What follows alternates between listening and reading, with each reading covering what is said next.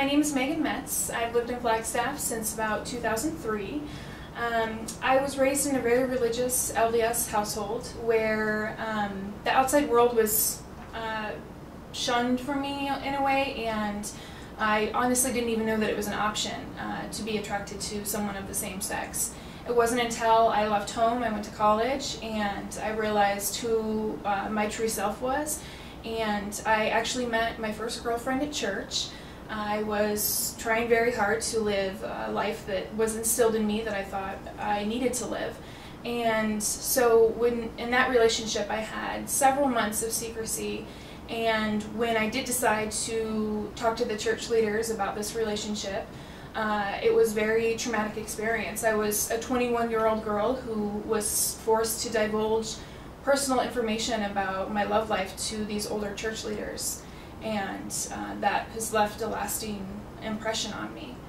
I came out to my family and my coworkers, and all my friends were religious, and that identity that I had. That was a very, very struggling time for me, and as anyone can imagine, it was stressful, and I lost a lot of relationships, but at the same time I felt very free, and I, for the first time, felt like I was proud of who I was. I was living my authentic self, and I had never been able to do that before. My name is Natalie Metz. I have lived in Flagstaff since 2003. I grew up in an open and loving household, but I did live in a conservative part of Mesa, Arizona. I, after high school, received a full-ride scholarship to play basketball for Northern Arizona University, and that was kind of where I had the chance to really have a safe, loving, open environment and kind of get to discover who I was. In 2004, my sophomore year, I came out to my family and friends, and it was difficult. Even with a loving and open family, there was still some contention. My parents wouldn't let me talk to my younger sister for 2 years, and that was very painful.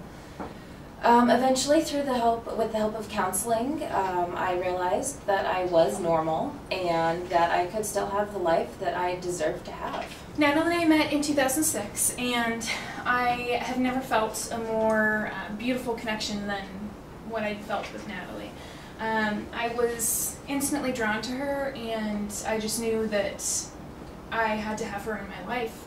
And as the more time that we spent together, I fell in love with her, and I can say that I truly felt like it was love at first sight.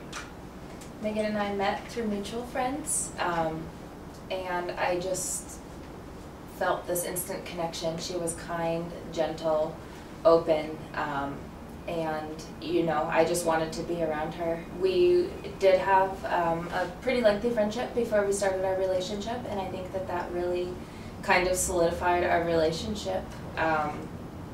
She really just gets me like nobody else does.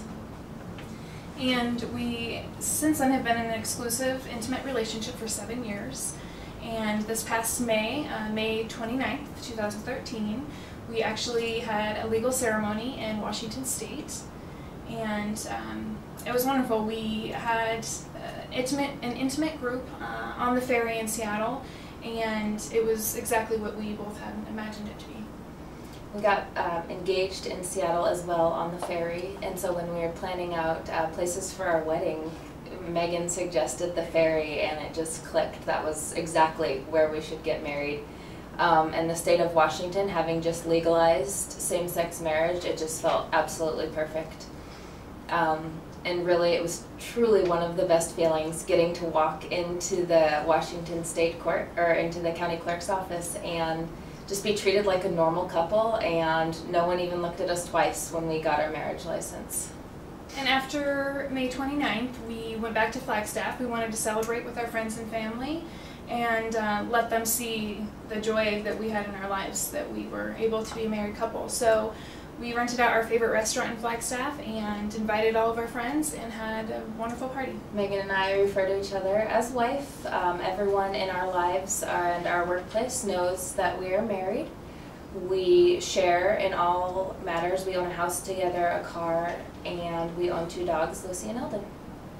I am an oncology nurse, and this year I am planning on going back to school to obtain my nurse practitioner degree and eventually my Doctor of Nursing Practice, and I will rely heavily on Megan to help me during this very stressful time. And in December of 2013, I was diagnosed with a chronic autoimmune disorder called lupus, and since then it's been a very difficult disease to treat and to subdue. I'm frequently in the hospital, traveling, all different places for doctor's appointments, and just the daily struggle of functioning. Every week is different, but on a daily basis I suffer from chronic fatigue, nausea, vomiting, extreme joint pain that makes life very, very difficult. And Natalie is 100% supportive. She is by my side through everything. For all of my appointments and everything that I need, she's always there.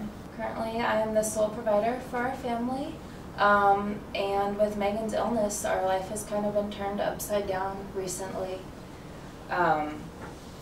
We just want to be legally married like every other couple, so we have the ability to make medical decisions for each other and make sure that we are cared for if something unfortunate were to happen.